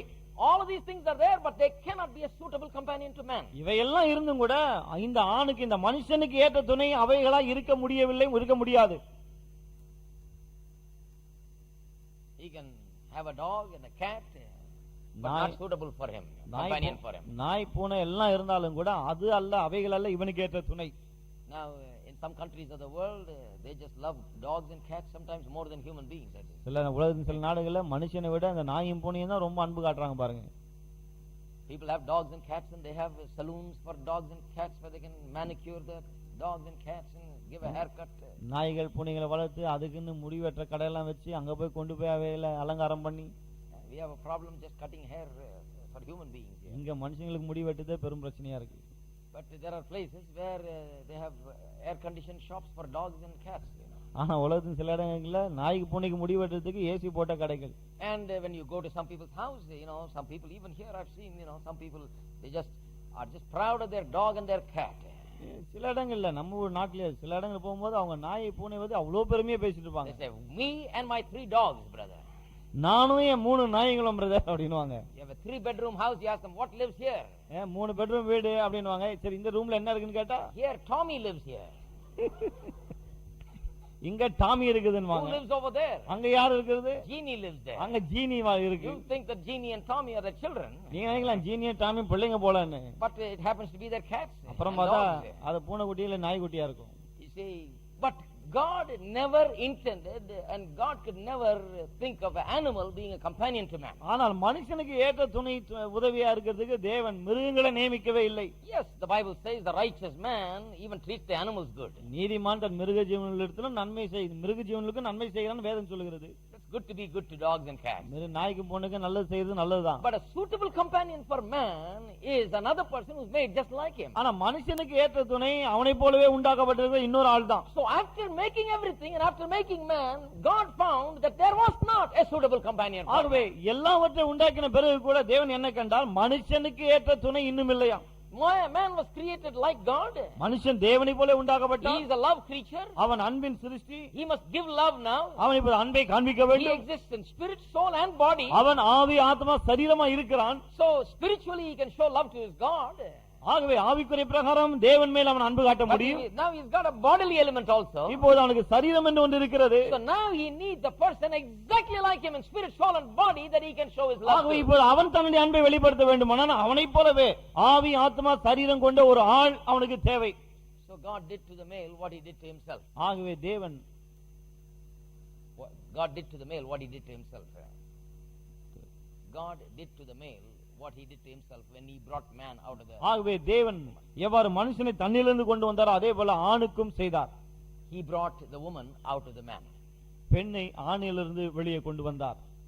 He wanted to make the woman, he went to the man and took the woman out of the man. பெண்ணை உண்டாக்க விரும்பிய போது ஆணிடத்தில் சென்று அவனுக்குள்ளே இருந்துதான் அவளை வெளியே கொண்டு வந்தார். The woman was created because of love. அன்பின் நிமித்தமாக தான் பெண் சிருஷ்டிக்கப்பட்டாள். Because love demanded that there be someone just like this person so that love can be shared. என்றால் அன்பு என்ன கோருகிறது? இந்த அன்பு காண்பிக்கப்பட வேண்டுமானால் இவரை போலவே இன்னொரு ஆள் தேவை. So in verse 21, ஆகவே 21ல பார்க்கிறோம். says the Lord God caused a deep sleep to fall on Adam and he slept. அப்போது தேவனாகிய கர்த்தர் ஆதாமுக்கு அயர்ந்த நித்திரை வர பண்ணினார், அவன் நித்திரை அடைந்தான். And he took one of his ribs and closed up the flesh in its place. அவன் விலா எலும்புகளில் ஒன்றை எடுத்து அந்த இடத்தை சதையினால் அடைத்தார். Notice that he caused a deep sleep. நல்லா கவனிங்க, அயர்ந்த நித்திரை வர பண்ணினார்னு I would say deep sleep. நான் சொல்றேன் ரொம்ப நல்ல அயர்ந்த நித்திரன்னு. Why? ஏன்? Because if man had his way, he'll be just looking at how God produced the woman. ஏன்னா கொஞ்சம் விட்டு இருந்தா மெதுவா கண்ணை தந்து பாத்துருமா, ஆண்டவர் எப்படிதான் இவ்வளவு உண்டாக்குறான்னு பாக்கலாமே. So that if he didn't like the woman that God made for him, he could go make some more. ஆகவே தேவன் உண்டாக்கின மனைவி பிடிக்கலன்னு சொன்னா இவனே போய் கொஞ்சம் உருவாக்கிட்டு இருப்பான். So God caused the deep sleep. ஆகவே ஆண்டவர் நல்லா அயர்ந்த நித்திரையை கொண்டு வந்தார். Gave him a fantastic anesthetic and knocked him out completely and made a woman and he didn't know how she was made. நல்லா மயக்க மருந்து போல கொடுத்து நல்லா தூங்க வச்சிட்டு எப்படி எடுத்தார் எப்படி செஞ்சான்னு தெரியாமே பண்ணிட்டார். And then it says he took a rib out of the man. பிறகு சொல்கிறது அவனிலிருந்து ஒரு விலா எலும்பு எடுத்தார் என்று. When we think of a rib, we think of really the rib. விலா எலும்பு நாம சொல்லும்போது மெய்யாக ஒரு விலா எலும்பு தான் நாம கற்பனை But the பண்றோம். Bible scholars say that the Hebrew word there used for the rib is the word silah, which is spelled in English language as C-E-L-A-H, if you want to say it in English. ஆனா வேதவல்ல என்ன சொல்றாங்க, இந்த விலா எலும்பு என்று இருக்கிறதே அது மூல பாஷையில C-E-L-A-H என்று வருது, சீலா என்று எபிரேய மொழியில. எபிரேய மொழியில. Now we all don't know Hebrew. நம்ம எல்லாருக்கும் எபிரேய மொழி தெரியாது. But they say that word silah is the word from which we get the word cell. ஆனா அந்த சீலா என்கிற வார்த்தையில தான் செல் என்ற வார்த்தை வருகிறது என்று அவர் சொல்கிறார்கள். And every human being is a mass of cell. ஒவ்வொரு மனுஷனும் இந்த செல்லினால் உருவாக்கப்பட்டவனா இருக்கான். And every cell has a duplicate of him in it. ஒவ்வொரு செல்லுக்குள்ளவும் அவன் இருக்கிறான். அவனை போல ஒரு செல் எடுத்துட்டு அவன மாதிரி ஒருத்தனை உண்டாக்கலாம். If you take a cell, you can make a person just like him. That is what is called human cloning nowadays. இன்னைக்கு ஹியூமன் குளோனிங் ன்னு சொல்றாங்களே, அது இதுதான் அர்த்தம். ஒவ்வொரு அணுவுக்குள்ளும் அந்த செல்லுக்குள்ள இன்னொரு ஆள் இருக்கான் அவனை போலவே. If you just reached into a man and picked out a cell and brought that cell out and had a way to germinate, which is difficult, that's why you need a womb to germinate. If you had a way to germinate that cell, you can from that cell make another him. ஒவ்வொரு செல்லையும் எடுத்து அதை ஒரு கர்ப்பத்தில் வைத்து கர்ப்பம் தரிக்க முடியுமானா அது முடியாது. ஆனால் அப்படி செய்ய முடியுமானா என்ன சொல்றாங்க, ஒவ்வொரு செல்லில் இருந்தும் அந்த மனுஷனை போலவே இன்னொரு ஆளை உண்டாக்க முடியும். It is not another human being, another exact you. அது இன்னொரு மனுஷன் கிடையாது, உங்களை போலவே இன்னொரு ஆள் அப்படியே இருப்பான். Exactly like the one who possessed that cell. அந்த செல் யாரிலிருந்து எடுக்கப்பட்டதோ அதே போல ஆளாயவனும் இருப்பான். The problem is germination. பிரச்சனை என்னன்னா அதை கருத்தரிக்க வைப்பதுதான். That's what the womb does. இந்த கர்ப்பம் அதை தான் செய்கிறது. Now it's significant, isn't it? God didn't go back to the soil to take another lump of soil and to make a woman. இதுல என்ன முக்கியம்னா, இந்த பெண்ணை உண்டாக்குவதற்கு தேவன் மீண்டுமாய் மண்ணிடத்திலே சென்று ஒரு கொஞ்சம் மண்ணை எடுத்து அவளை செய்யவில்லை. The reason is that the consistency of that soil, the new lump, will be different from the consistency of the lump from which Adam was made. அதுக்கு காரணம் என்னவென்று சொன்னால், ஆதாம் ஒரு குறிப்பிட்ட மண்ணிலிருந்து எடுக்கப்பட்டான், இப்ப பெண்ணும் மண்ணிலிருந்து எடுக்கப்பட்டால் அதே தன்மையை உடைய மண்ணாக இது இருக்குமோ என்ற ஒரு காரணம் தான். So the woman must be just like him. ஆகவே இந்த பெண்ணானவள் அவனை போலவே இருக்க வேண்டும். Just like man came out of God, the woman must come from man. எப்படி ஆண் தேவனிடத்திலிருந்து வந்தானோ அதே போல பெண்ணும் ஆணிடத்திலிருந்து வர வேண்டும். Now listen to me, because I'm trying to explain how the woman is the object of man's love. She's made for love. She's made to be loved by a man. இந்த பெண்ணானவள் ஆணுடைய அன்பை பெறுவதற்காகவே இருக்கிறார் என்பதை தான் விளக்கி சொல்லிக் கொண்டிருக்கேன். ஆகவே தயவு செய்து நல்லா கவனிங்க. So God took the woman out of the man. ஆகவே தேவன் பெண்ணை ஆணிலிருந்து கொண்டு வந்தார். And then it says, பிறகு சொல்கிறது, then the rib which the Lord God had taken from man, he made into a woman. தேவனாகிய கர்த்தர் தம் மனுஷனில் எடுத்த விலா எலும்பை மனுஷியாக உருவாக்கி. I don't know what kind of English Bible you have. My English Bible, that's why I use this one. It says in the margin, next to the word made, it says built is an alternative translation. என்னுடைய ஆங்கில வேதாகமத்திலே மனுஷியாக உருவாக்கி என்று வருது இல்லையா, அதுக்கு பக்கத்துல மனுஷியாக கட்டி என்று வருது, கட்டி எழுப்பி அப்படி வருகிறது. Now just think that it's a word used for construction, isn't it? கட்டுவது என்று சொன்னா அந்த கட்டடம்லாம் கட்டுறாங்களே அதுக்கு பயன்படுத்தப்படுகிற ஒரு வார்த்தை அது. Regarding the man, it is not used like that. That word is not used. ஆணை பற்றி சொல்லும்போது இந்த வார்த்தை பயன்படுத்தப்படவில்லை. But with the woman, she's built. ஆனா பெண் பற்றி சொல்லும்போது அவள் உருவாக்கப்பட்டாள் என்று சொல்லுகிறது. Now you know why the women have shape and form and men have very little of it. இப்போ உங்களுக்கு தெரியுதா ஏன் ஒரு பெண் என்று ஒரு பெண்ணை பார்க்கும்போது அவளுக்கு ஒரு வடிவம் ஒரு அமைப்புன்னு ஒன்று இருக்கு, ஆனா ஆண்களுக்கு பெரும்பாலும் இருக்காது. Men are just plain. ஆண்கள் சும்மா அப்படியே God help us.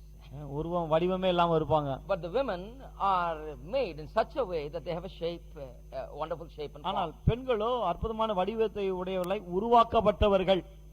I know where they got it from. அந்த உருவாக்கப்பட்டது எங்கிருந்து வந்ததுன்னு தெரியும். Because God took the cell out of the human Adam. ஏனென்றால் ஆதாமிலிருந்து தேவன் அந்த செல் எடுத்தார். And then built the woman, constructed the woman, fashioned the woman, made that woman in that sense. அதன் பிறகு அந்த செல்லிலிருந்து அந்த பெண்ணை தேவன் உருவாக்கினார், அவளை கட்டி எழுப்பினார். And then finally when she was made and she stood there before Adam, she was just like Adam. கடைசியில் அவளை உருவாக்கி ஆதாமிடத்தில் கொண்டு வந்து பார்த்தா ஆதாமை போலவே அவளும் இருக்கிறாள். And brought her to the man, it says. சொல்லுகிறது மனுஷனிடத்தில் கொண்டு வந்தார். Then verse 23 says. 23 சொல்லுகிறது. And Adam said, this is now the bone of my bones and flesh of my flesh. அப்பொழுது ஆதாம் இவள் என் எலும்பில் எலும்பு என் மாம்சத்தில் மாம்சமுமாய் இருக்கிறாள். Now I'm reading this to show you how much alike she was like him, how much she was like him. அதாவது ஏன் வாசித்தேன் என்றால் எந்த அளவுக்கு அவள் அவனைப் போலவே இருக்கிறாள் என்பதை காண்பிக்கதான். He says she is my very bone of my bones and flesh of my flesh. அவன் சொல்லுகிறான் இவள் என் எலும்பில் எலும்பும் என் மாம்சத்தில் மாம்சமுமாய் இருக்கிறாள். She shall be called a wombed man.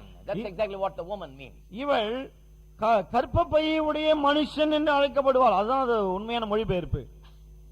She shall be called a wombed man.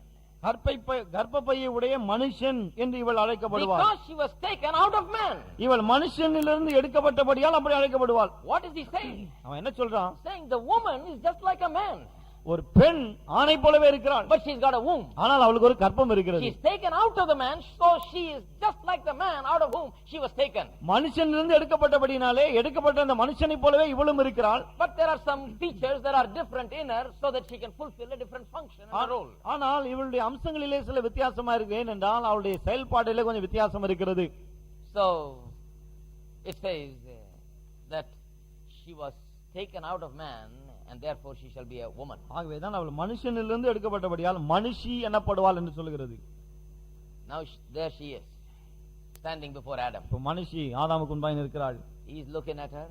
அவன் அவளை பார்க்கிறான். He says you're just like me. நீ என்ன போலவே இருக்கிறீ அப்படின்றான். Came out of me. என்னிலிருந்து வெளியே வந்தாய். Same components as I have. நான் எந்த தன்மை உடையவனோ அதே தன்மை உனக்கு இருக்கு. But you have some differences in the form of a womb and so on. ஆனால் கர்ப்பம் போன்ற சில காரியங்கள் உனக்கு இருக்கிறதுனால அந்த வித்தியாசங்கள் இருக்கு. Some difference in the body. சரீரத்திலும் சில வித்தியாசங்கள். But essentially you are the same. ஆனா அடிப்படையிலே நீ அதேவாக தான் இருக்கிறாய். That is why in Ephesians we are told if a man hates his wife he hates his own flesh. ஆகவே தான் எபேசியர் சொல்கிறது தன் மனைவியை பகைக்கிறவன் தன் சொந்த மாம்சத்தையே பகைக்கிறான் என்று. Now you know where Paul is coming from. இப்போ புரியுதா பவுல் எங்க இருந்து வராருன்னு? Paul understands this whole concept. இந்த கருத்து பவுலுக்கு நன்றாக புரிகிறது. He understands what marriage is all about, what husband and wife is all about. திருமணம் என்றால் என்ன, கணவன் மனைவி உறவு என்றால் என்ன என்பது அவருக்கு நல்லா புரிகிறது. So the woman was made just like man and came out of man so that she can be the object of man's love. ஆக பெண்ணானவள் மனுஷனிலிருந்து ஆணிடத்திலிருந்து வந்தால் ஆணை போலவே அவள் உண்டாக்கப்பட்டாள். எதற்காக? ஆணுடைய அன்பு அவள் மேல் காண்பிக்கப்படுவதற்காக. But not only that. ஆனா அது மட்டுமல்ல. That is why Paul says if you hate her you hate your own flesh. அதான் பவுல் சொல்கிறான் அவளை பகைக்கும்போது உன் சொந்த மாம்சத்தை நீ பகைக்கிறாய் என்று. But then he also says in that very same passage in Ephesians chapter 5 which you all know, in this church everybody knows that. So I'm not going to read it. He says husbands love your wives, he says. எபேசியர் 5 நம்ம சபையில இருக்க எல்லாருக்கும் நல்லா தெரியும். ஆகவே தான் வாசிக்கல. ஆனால் அந்த அதிகாரத்துல தான் என்ன சொல்கிறார்? புருஷர்களே உங்கள் மனைவிகளில் அன்பு கூறுங்கள். Now already when I read verse 18 to 24 of Genesis 2, some of you are looking, well, this much is there in that verse. ஆதியாகமம் 2:18 ல இருந்து 24 வரைக்கும் வாசனம் இல்லையா? இப்போ யோசிக்கிறீங்க இந்த வசனத்துல இவ்வளவு விஷயம் இருக்கானே. Bible is a wonderful book. வேதம் அற்புதமான ஒரு புத்தகம். Sometimes we just read it, just go through it, just like it does. It's not saying anything, but it's got all these things here. சில சமயத்துல வாசிக்கும் போது அப்படியே வாசிட்டு போயிடுறோம், இவ்வளவு அர்த்தம் இருக்கான்னு தெரியறது இல்ல, ஆனா இவ்வளவு அர்த்தம் நிறைந்ததா இருக்கு. But it's there.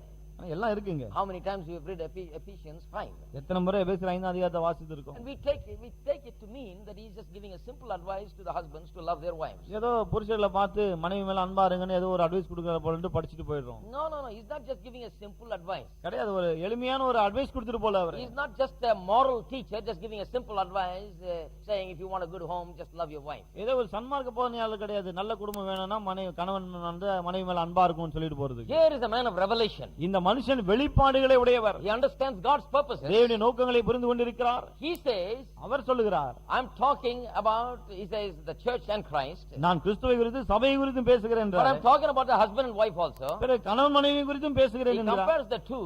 ரெண்டுத்தையும் ஒப்பிடுகிறார். Compares the relationship that Christ has with the church to the relationship that the husband has with the wife. கிறிஸ்துவுக்கு சபையோடு என்ன உறவு இருக்கிறதோ அதை புருஷனுக்கு மனைவிக்கும் இடையே உள்ள உறவோடு ஒப்பிடுகிறார். And he says, husbands, love your wives. பிறகு சொல்லுகிறார், புருஷர்களே உங்கள் மனைவியில் அன்பு கூறுங்கள். And he says, as Christ loved the church. அப்படியே கிறிஸ்துவும் சபையில் அன்பு கூர்ந்தார் என்று சொல்லுகிறார். Christ first loved us. கிறிஸ்து முதலாவது நம்மில் அன்பு கூர்ந்தார். So when he says husbands first, husbands love your wives, he means love as Christ did. Love her first. ஆகவே புருஷர்களே மனைவியில் அன்பு கூறுங்கள் சொல்லும்போது கிறிஸ்து அன்பு கூர்ந்தது போல நீங்கள் முதலாவது அன்பு கூறுங்கள் என்று தான் சொல்லுகிறார். Now this is something that all males have to understand one day or the other. இதை எல்லா ஆண்களும் என்றாவது ஒரு நாள் கட்டாயம் புரிந்து கொள்ள வேண்டும். If we don't arrive at this truth, I think we'll have a great difficulty in our lives. இதை நாம் இந்த சத்தியத்தை நாம் புரிந்து கொள்ளவில்லை என்றால் பிறகு வாழ்க்கையில் நமக்கு பெரும் கஷ்டம் தான். Who is to love first? முதலாவது யார் அன்பு காட்ட வேண்டும்? Man is to love first. ஆண் தான் முதலாவது. The Bible is very clear about it. வேதம் அதை மிக தெளிவாக சொல்கிறது. Husbands, love your wives as Christ loved the church. புருஷர்களே கிறிஸ்துவானவர் சபையில் அன்பு கூர்ந்தது போல நீங்கள் மனைவியில் அன்பு கூறுங்கள். How did Christ love? He loved first. கிறிஸ்து எவ்வாறு அன்பு கூர்ந்தார் என்றால் முதலாவது அன்பு கூர்ந்தார். The church was born out of love. சபையானது அன்பினாலே தான் பிறந்தது. Church is the object of God's love. சபையானது தேவன் அன்பை பொழியக்கூடிய இடமா இருக்கிறது. So Christ loves the church. ஆகவே கிறிஸ்து சபையில் அன்பா இருக்கிறார். So Paul applies that to the home. ஆகவே அதை பவுல் குடும்பத்துக்கு ஒப்பிட்டு பேசுகிறார். He says if you love your wife, you will have no problems. சொல்றார், நீ உன் மனைவி மேல் அன்பா இருந்தா பிரச்சனைகளுக்கு இடம் இருக்காது. She'll function properly. She'll be the person that she ought to be when you love her. நீ அவள் மேல் அன்பா இருக்கும்போது அவள் சரியான விதத்தில் இருப்பாள், பிறகு பிரச்சனைக்கு இடம் இருக்காது. Love is the fuel she needs to function. அவள் செயல்பட வேண்டுமானால் அன்பு என்கிற எரிபொருள் அவளுக்கு தேவை. She was born to love. அவள் அன்பு கூறப்படும்படியாய் பிறந்திருக்கிறாள். She is wired to receive it. Wired to receive it. அதை பெற்றுக்கொள்ளும்படியாக தான் அவள் அப்படிப்பட்டவளாய் உருவாக்கப்பட்டிருக்கிறாள். Now the question arises, is she not wired to give it? இப்ப கேள்வி என்னன்னா, அப்ப அன்பு கொடுக்கும்படி செலுத்தும்படியா உண்டாக்கப்படலையா? Is she just a receiver that she receives love, never gives love? வெறும் அன்பு பெற்றுக்கொள்ளக்கூடியவள் தானா, அன்பு கொடுக்கக்கூடியவள் இல்லையாவா? Yes, she can give love. ஆம், அவ அன்பு கொடுக்க முடியும். But the thing is, ஆனா உண்மை என்னன்னா, her love is a responsive love.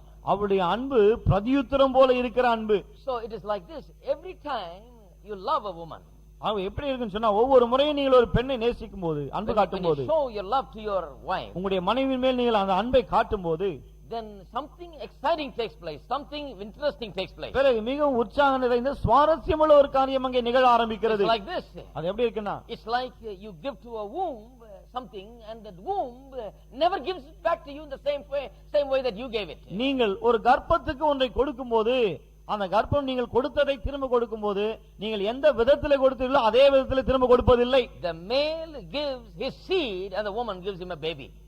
ஆணானவன் தன்னுடைய வித்தை கொடுக்கிறான், பெண் அதை குழந்தையாக திருப்பி தருகிறாள். That's the way the women are. பெண்கள் அப்படிதான் இருக்காங்க. So when you give love, it's going to come back to you in a tremendous way. It's very interesting. She's going to love you, but the thing is, it is initiated by you. ஆகவே நீங்கள் அன்பை கொடுக்கும் போது பாருங்க, ரொம்ப சுவாரஸ்யமா இருக்கு. ஏனென்றால் அது அப்படியே திரும்ப வரப்போவது கிடையாது, ஆனால் நிச்சயமா அது அதிகப்படியே வரும். But we must understand that she is made to be loved. ஆனால் அவள் அன்பு கூறப்படும்படியே உண்டாக்கப்பட்டிருக்கிறாள் என்பதை புரிந்து கொள்ள வேண்டும். And the husband is the one to love her first. முதலாவது அன்பு கூற வேண்டியவன் கணவன் தான். So she is a wombed man. Remember that? ஆகவே இதை மனசுல வச்சுங்க, அவள் கற்பமுடைய ஒரு ஆண். Everybody say wombed man. எல்லாம் சொல்லுங்க, கற்பமுடைய ஆண். Now that doesn't mean she's got just a womb that can produce a baby. அப்படின்னு சொன்னா வெறும் குழந்தைகளை பெற்றெடுக்கக்கூடிய கற்பம் மட்டும் தான் இருக்குன்னு நினைச்சிட கூடாது. She's a very important part of her personality is that she's wombed, that she can take what you give and make it grow to the full stature and give it back. அவளுடைய முக்கியமான ஒரு அம்சம் என்னவென்றால் கற்பம் இருக்கிறது. ஆகவே நீங்கள் என்னவெல்லாம் கொடுக்கிறீர்களோ எல்லாவற்றையும் உள்ளே வாங்கி கொண்டு அதை திரும்ப உங்களுக்கு தருகிறாள். Her very nature is like how the womb functions.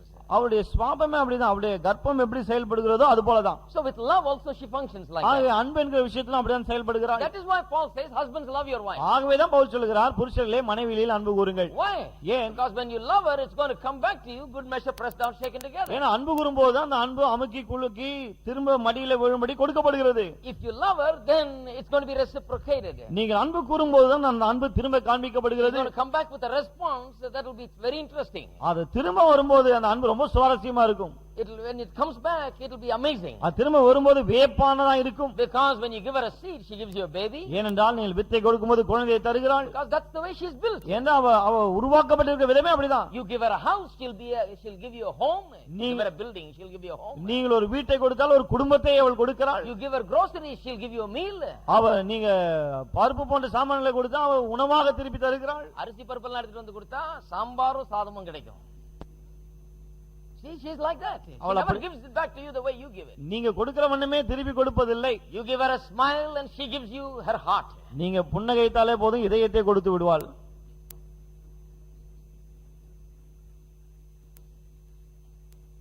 Now some people are saying, well, thank God he said that. Now I know. No, I am not teaching anything like that here. அந்த மாதிரி எல்லாம் ஒண்ணும் சொல்லி கொடுக்கல நானுங்க. This is not a lesson on that. இது அதுக்கு எடுக்கிற பாடம் இல்ல. This is a lesson on how it functions, that's all. அது எவ்வாறு செயல்படுகிறார்கள் அத பத்தி ஒரு பாடம்.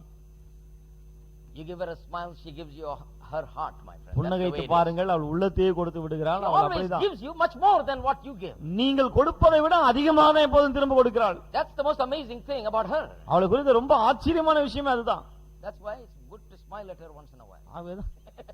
அப்பப்போ அவளை பார்த்து புன்னகைக்கிறது ரொம்ப நல்லது. Some husbands they have pickled face. சில கணவருங்க பாப்போம் ஊர்க்காதன மாதிரியே இருப்பாங்க. They just can't smile at their wife. மனைவியை பார்த்து சிரிக்க கூட முடியாது பாருங்க. And then they wonder why life is like this. அதன் பிறகு யோசிப்பாங்க வாழ்க்கை ஏன் இப்படி இருக்குன்னு. புளிச்சிருச்சுங்கன்றாங்க. கொஞ்சம் அந்த புளிப்ப முகத்துல இருந்து அகற்றிட்டு கொஞ்சம் ஸ்மைல் பண்ணா திரும்பி வரும்போது அமுக்கி குலுக்கி சரிந்து விழும்படி மொத்தமா வரும். It will come back good in good measure. நல்லா அமுக்கி குலுக்கி வரும். So you give her a seed, she gives you a baby. ஆகவே நீ வித்தை கொடுக்கும்போது குழந்தையை தருகிறாள். Give her a building, she gives you a home. ஒரு கட்டிடத்தை கொடுத்தால் அதை குடும்பமாக்குகிறாள். Groceries, she gives you a meal. அரிசி பருப்புலாம் கொடுத்தா அதை சாப்பாடா செய்து தருகிறாள். Give her a smile, she gives you her heart. புன்னகையை கொடுத்தால் உள்ளத்தையே தந்து விடுகிறாள். You give her one rose, she'll give you a garden. ஒரு ரோஜா மலர் கொடுத்து பாருங்க தோட்டத்தையே திரும்ப தருவாள். Amen. Amen. I can go on telling that. இப்படி சொல்லிட்டே போகலாம். But that's enough, I think. I'm sure you got it. இது போதும் நினைக்கிறேன், புரிஞ்சிருக்கு உங்களுக்கு. Now you can see how it's easy to work it. இப்ப பாருங்க இதுல வேலை செய்வது எவ்வளவு சுலபம்னு. How easy to make your home like heaven. உங்கள் குடும்பத்தை பரலோகம் போல ஆக்குவது எவ்வளவு சுலபம் என்பதை கவனியுங்கள். How easy to make your home a wonderful place. உங்கள் குடும்பத்தை அற்புதமான இடமாக்குவது எவ்வளவு சுலபம் என்பதை கவனியுங்கள். The problem with most people is that they marry and then they think it's automatically going to pan out good, all right. பல இடத்துல என்ன பிரச்சனை, கல்யாணம் ஆன பிறகு எல்லாம் தானாகவே சரியாயிடும் நினைக்கிறாங்க. They work at it very much before marriage. திருமணத்துக்கு முன்னாடி கஷ்டப்பட்டு அதை குறித்து வேலை செய்யறாங்க. Waiting in the bus stand for 1 hour. Bus ஸ்டாண்ட்ல 1 மணி நேரம் காத்திருப்பாங்க. Doing all kinds of things. என்ன எல்லா விதமான வேலையும் செய்வாங்க. But after they get married, ஆனா திருமணம் ஆன பிறகு then they say I'm going to wait 5 minutes then I'm gone. 5 நிமிஷம் தான் இருப்பேன் அதுக்கு அப்புறம் போய்டுவேன் அப்படினுவாங்க. You see, it's so easy to fix relationships. இப்படி இருக்கும்போது உறவுகளை சரி பண்ணுவது ரொம்ப சுலபம் பாருங்க. When you understand God's purpose, with what purpose God designed man and with what purpose God designed the woman, you can fix everything. தேவன் என்ன நோக்கத்தோடு ஆண்களையும் பெண்களையும் உருவாக்கி இருக்கிறார் என்பதை புரிந்து கொள்ளும்போது எந்த பிரச்சனையும் தீர்ப்பது மிகவும் சுலபம். Then you got to start working. அதற்கு வேலை செய்ய ஆரம்பிக்கணும். What you hear today and every week on Tuesdays is not just to hear a nice sermon and then go. இன்னைக்கு நீங்க கேக்குறதும் இதுவரைக்கும் கேட்டதும் ஏதோ நல்ல பிரசங்கத்தை கேட்டோன்னு சொல்லிட்டு போறதுக்காக கிடையாது. You got to go and take it and see how it applies to you. நீங்க அதை எடுத்து உங்கள் வாழ்க்கையிலே அது எவ்வாறு பயன்பட முடியும் என்பதை பார்க்க வேண்டும். We are all not perfect. நாம் எல்லாரும் பூரணமானவர்கள் அல்ல. Everybody, everybody learns it over a period of time. எல்லாரும் காலம் செல்ல செல்ல தான் கற்றுக்கொள்ளுகிறோம். You learn it as you go. போக போக தான் கற்றுக்கொள்ளுகிறோம். Now some of you are thinking, well, if I knew this, I wouldn't have have had all the problems I had. சில நினைக்கலாம் இதெல்லாம் முன்னமே தெரியும்னா வந்த பிரச்சனை எல்லாம் வந்தே இருக்காதே. Well, that's what I think too. நானும் அப்படிதான் நினைக்கிறேன். But thank God we know it at least ஆனா now. கர்த்தருக்கு ஸ்தோத்திரம் இப்போவாது நமக்கு தெரிகிறது. That is the thing about the Christian life. கிறிஸ்தவ வாழ்க்கை குறித்த காரியமே அதுதான். Every day you discover exciting truths about God's purpose. ஒவ்வொரு நாளும் தேவனுடைய நோக்கங்களை குறித்து ஆச்சரியமான காரியங்களை கண்டுபிடிக்கிறீர்கள். Changes your life. அது உங்கள் வாழ்க்கையை மாற்றுகிறது. Brings understanding. அது உங்களுக்கு புத்தியை கொண்டு வருகிறது. Begin to look at yourself as God looks at you. நீங்கள் உங்களை தேவன் எவ்வாறு பார்க்கிறாரோ அதுபோல பார்க்க ஆரம்பிக்கிறீர்கள். And you look at your wife as God looks at her. பிறகு உங்கள் மனைவியையும் தேவன் பார்க்கிற வண்ணம் பார்க்கிறீர்கள். You begin to understand her in light of God's word. தேவனுடைய வார்த்தையின் வெளிச்சத்தில் அவளை புரிந்து கொள்ள ஆரம்பிக்கிறீர்கள். You know now why she's doing what she's doing. இப்போ உங்களுக்கு தெரியுது அவள் செய்யற காரியங்களை ஏன் செய்கிறாள் என்று. You know why you have the problems you have. இப்போ உங்களுக்கு தெரிகிறது ஏன் உங்களுக்கு இந்த பிரச்சனை எல்லாம் என்று. So I think there is no need for any personal talk. ஆகவே தனிப்பட்ட விதத்துல பேச வேண்டிய அவசியமே இல்லைன்னு நினைக்கிறேன். எல்லாருக்கும் பேசாம இந்த டேப்பை கொடுத்துடலாம் போல இதை கேட்டுக்க பிரச்சனை. Really, I'm telling you, the truth will set you free. மெய்யாகவே சொல்லுகிறேன் சத்தியம் உங்களை விடுதலையாக்கும். That is why we must go to the truth of God. ஆகவே தான் தேவனுடைய வார்த்தை அண்டை நாம் செல்ல வேண்டும். This is not just some human ideas and counseling. இது ஏதோ மனுஷனுடைய எண்ணமும் மனுஷனுடைய ஆலோசனையோ அல்ல. God's purpose. இது தேவனுடைய நோக்கங்கள். Holy. இது பரிசுத்தமானது. Good. இது நல்லது. This is the highest good. இது மிகவும் உயர்ந்த நல்லது. This is the highest kind of life. இதுதான் மிக உயர் ரகமான ஒரு வாழ்க்கை. When you are trying to practice this, then you are aiming at the highest quality of life that can be lived. இதை நீங்கள் வாழ்க்கையிலே பயன்படுத்த முயற்சிக்கும்போது மிகவும் உயர்தரமான ஒரு வாழ்க்கை வாழ நீங்கள் முயற்சி எடுக்கிறீர்கள். Amen. Amen. How many of you think we can all make our lives better? எத்தனை பேர் நினைக்கிறீங்க நம்முடைய வாழ்க்கை இன்னும் நாம எல்லாரும் சிறப்பாக்க முடியும் Our என்று? homes can be better. நம்முடைய குடும்பங்கள் இன்னும் சிறப்பா இருக்க முடியும். Our relationships can be better. நம்முடைய உறவுகள் சிறப்பா இருக்க முடியும். We can enjoy our home like we enjoy heaven. நம்முடைய குடும்பம் சரியா போய்டுவாரு. And give it to the woman that you're going to marry. திருமணம் செய்து கொள்ள போகிற பெண்ணுக்கும் கொடுங்க. She'll be all right. அவங்களும் சரியாயிடுவாங்க. Because it is the truth that sets people. ஏனென்றால் சத்தியம் தான் மக்களை விடுதலையாக்குகிறது. Nothing else sets free. வேற எதுவுமே விடுதலையாக்குவதில்லை. Amen. Amen. Now this is what I'm sometimes totally ticked off by what some people do. சில பேர் சில காரியங்களை செய்யறாங்களே இதனால தான் எனக்கு கோபம் வந்துருது பாருங்க. You know, some people, some family problems are there. சிலருக்கு குடும்பத்துல சில பிரச்சனைகள் இருக்கு. You call a preacher. ஒரு பிரசங்கியாரை கூப்பிடுறீங்க. Immediately the preacher comes. உடனடியா பிரசங்கியார் வர்றாரு. He says, I think you have witchcraft. அவர் சொல்றாரு யாரோ பில்லி சூனி செஞ்சிருக்காங்கன்னு நினைக்கிறேன் நானு. Now this is the route many people are taking. பலர் இந்த பாதையில தான் போயிட்டு இருக்காங்க. See brother, I think we have witchcraft. That is why we are not agreeing, brother. யாரோ பில்லி சூனியம் பண்ணிருக்காங்க. ஆகவே தான் எனக்கும் என் மனைவிக்கும் ஒத்து போக I'll மாட்டேங்குது. tell you, maybe so in some cases, and if it is so, that is the easiest thing. If you tell the devil in the name of Jesus, take your bags and get out, he's going to get out the next minute. The devil is a nobody. பாருங்க ஒரு சிலருடைய வாழ்க்கையில அது உண்மையா இருக்கலாம். அப்படி உண்மையா இருக்குமானா அதுல இருந்து வெளியே வரது ரொம்ப சுலபம். ஏன்னா பிசாசே இயேசுவின் நாமத்தை நீங்க போஞ்சினா உடனே போய்டுவான் அவன். But to get the people to listen to the tape and get this message and understand this and live by it is a long process. ஆனா இந்த டேப்பை வாங்குங்க, இந்த செய்தியை கேளுங்க, இதை புரிந்து கொள்ளுங்க, பிறகு அதன்படி வாழ்க்கை ஆரம்பிங்கன்னு சொன்னா அதுதான் பெரும்பாடு உங்களுக்கு. If it's the devil, the witchcraft is the problem, no problem. We can fix it right now. பிசாசும் பில்லி சூனியம் தான் பிரச்சனைனா பிரச்சனையே கிடையாது. அது இப்பவே தீர்த்துடலாம். I'll tell you 99.9% of the time it's not the problem. It's the problem with our mind, the way we think and the way we live. ஆனா சொல்ல பாருங்க 99.99% பிரச்சனை அது போன்றது கிடையாது.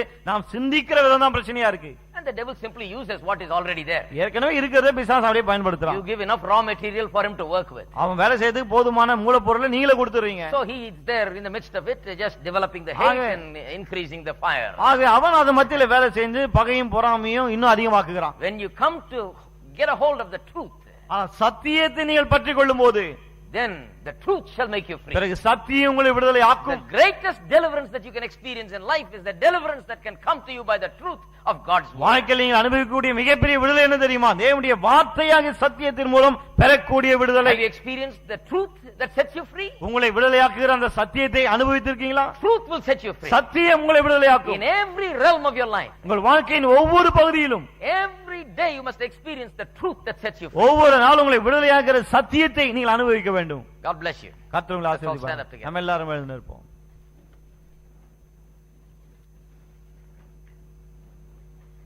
Praise God. கர்த்தருக்கு ஸ்தோத்திரம்.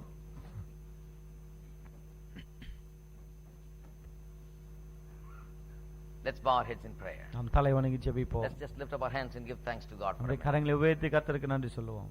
Hallelujah. Hallelujah. ஸ்தோத்திரம். ஸ்தோத்திரம். Thank you, Father. ஸ்தோத்திரம். Thank you, Lord. Hallelujah. Glory Lord. ஸ்தோத்திரம். Oh, we thank you, Jesus. Hallelujah. Loving Heavenly Father, in the name of Jesus, we எங்கள் அன்பின் பரலோக பிதாவே, இயேசுவின் நாமத்தில் உம்மை வருகிறோம். thank you for your word. இந்த வார்த்தைக்காக ஸ்தோத்திரம். Thank you for the revelation of God's purposes. தேவனுடைய நோக்கங்களை குறித்த வெளிப்பாட்டுக்காக ஸ்தோத்திரம். Thank you for the Holy Spirit that is giving us understanding. இந்த வெளிப்பாட்டை எங்களுக்கு தருகிற ஆவியானவருக்காக ஸ்தோத்திரம். Thank you for truth can really set us free. எங்களை விடுதலையாக்கக்கூடிய சத்தியங்களுக்காக உமக்கு ஸ்தோத்திரங்க That we தாவே. can truly be set free from various situations and bondages and confusions and problems that we have ourselves created because of the lack of the knowledge of truth. சத்தியத்தை குறித்த சரியான அறிவு இல்லாததனாலே பலவிதமான பிரச்சனைகள், சிக்கல்கள், குழப்பங்களை நாங்களே ஏற்படுத்தி கொண்டோமே. இவற்றிலிருந்தெல்லாம் எங்களால் வெளியே வர முடியுமே. அதற்காக ஸ்தோத்திரம். We thank you for it is God's purposes that will stand. தேவனுடைய நோக்கங்கள் மட்டுமே நிலை நிற்குமே. அதற்காக ஸ்தோத்திரம். So we align ourselves with God's purposes. ஆகவே தேவனுடைய நோக்கங்களோடு எங்களை நாங்கள் இணைத்துக் கொள்ளுகிறோம். We make ourselves one with God's purposes. தேவனுடைய நோக்கங்களோடு எங்களை ஒன்றாக்கிக் கொள்ளுகிறோம். We take in the purposes of God into our hearts and minds. தேவனுடைய நோக்கங்களை எங்கள் உள்ளங்களிலும் மனங்களிலும் எடுத்துக் கொள்ளுகிறோம் And we determine today to live for your purposes. உம்முடைய நோக்கங்களுக்காய் வாழும்படி இன்னைக்கு மன உறுதி கொள்ளுகிறோம். May every home become like heaven on earth. ஒவ்வொரு குடும்பமும் இந்த பூலோகத்திலே பரலோகம் போல இருப்பதாக. May they work out their problems and difficulties. தன்னுடைய பிரச்சனைகளையும் சிக்கல்களையும் தீர்த்து கொள்ளட்டுங்க தாவே. Not just by human strength but by the revelation of God's word. வெறும் மனித முயற்சினால் அல்ல, தேவனுடைய வார்த்தையின் வெளிப்பாட்டினாலே அப்படி செய்யட்டும். Not by trying to just put up with it and trying to change things on their own.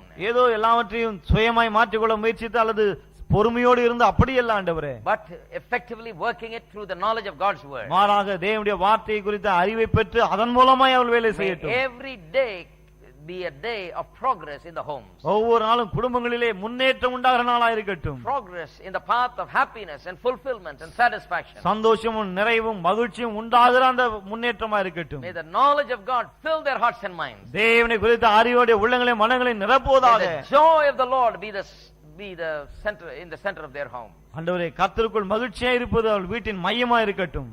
Let all confusion be gone in the name of Jesus. இயேசுவின் நாமத்திலே குழப்பங்கள் எல்லாம் நீங்குவதாக. Truth set people free. சத்திய மக்களை We give விடுதலையாக்குவதாக. you all the glory. எல்லா மகிமையும் உமக்கே In செலுத்துகிறோம். Jesus' name we pray. இயேசுவின் நாமத்திலே ஜெபிக்கிறோம். Amen. Amen. Let's sing this song and then we'll be. இந்த பாடலை பாடுவோம், பிறகு நாம் கலந்து செல்லலாம்.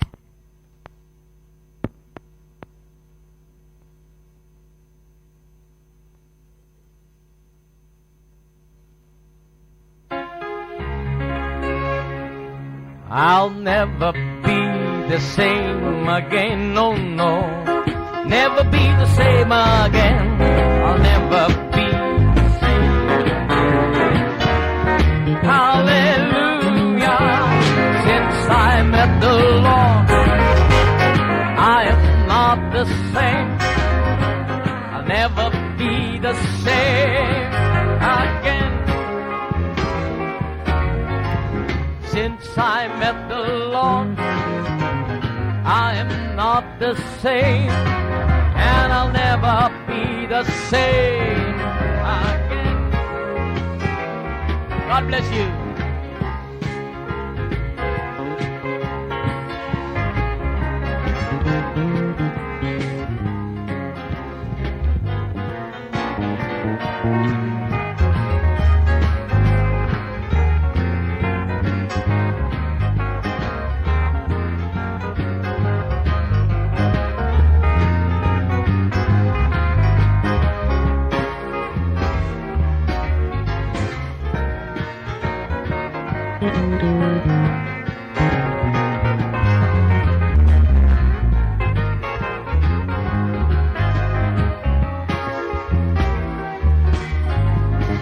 Never be the same again, no, no.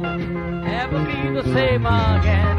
I'll never be the same again. Hallelujah. Since I met the Lord, I am not the same. I'll never be the same again. Since I met the Lord, I am not the same. I'll never be the same.